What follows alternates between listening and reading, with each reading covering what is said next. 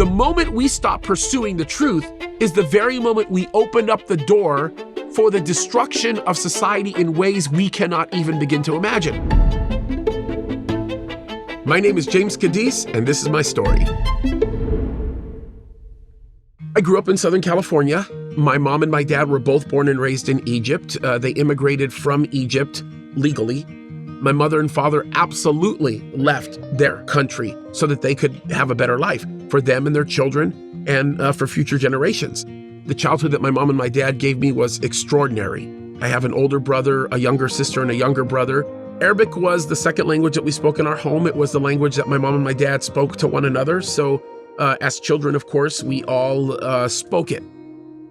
My dad's father was a pastor in Egypt for 65 years, and my mother's father was a Baptist minister for 35 years in Egypt.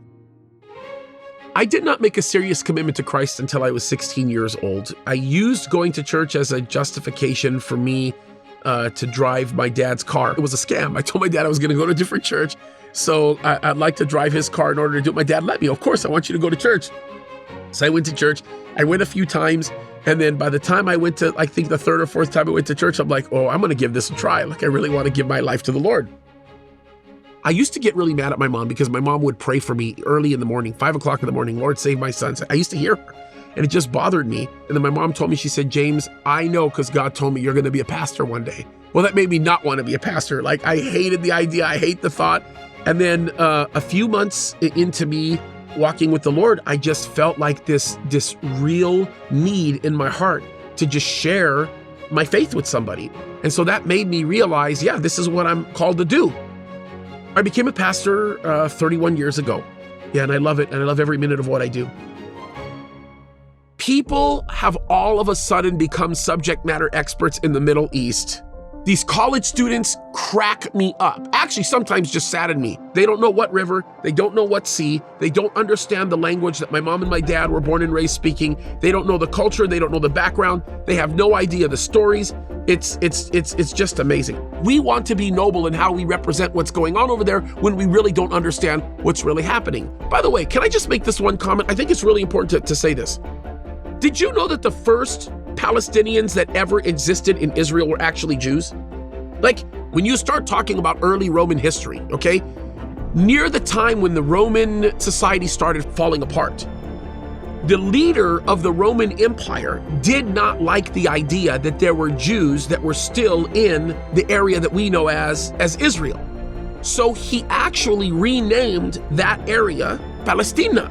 That was the Roman word that was named after the Israelis' ancient enemies, the ancient enemies of the Jews, who were what? The Philistines.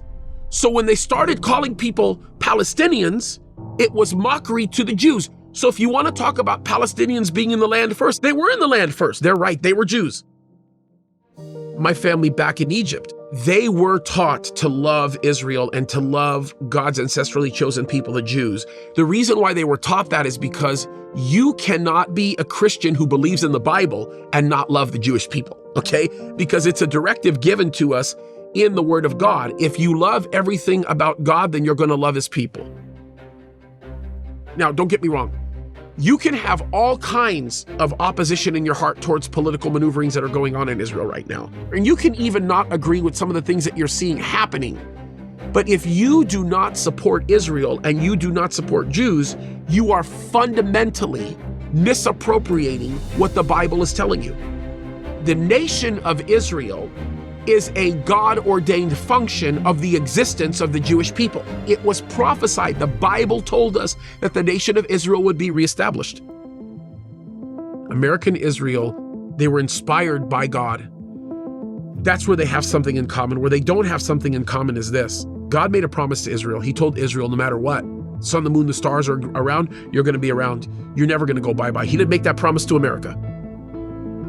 The promise that we have in the United States of America is predicated upon our willingness to allow this republic to function the way our founding fathers chose to have it function, which was based on biblical principles.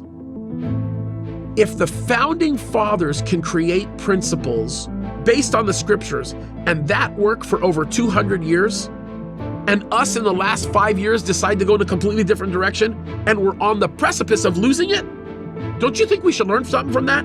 We are watching the values that we were raised with fall by the wayside. We're watching the world, as a result, begin to fall by the wayside.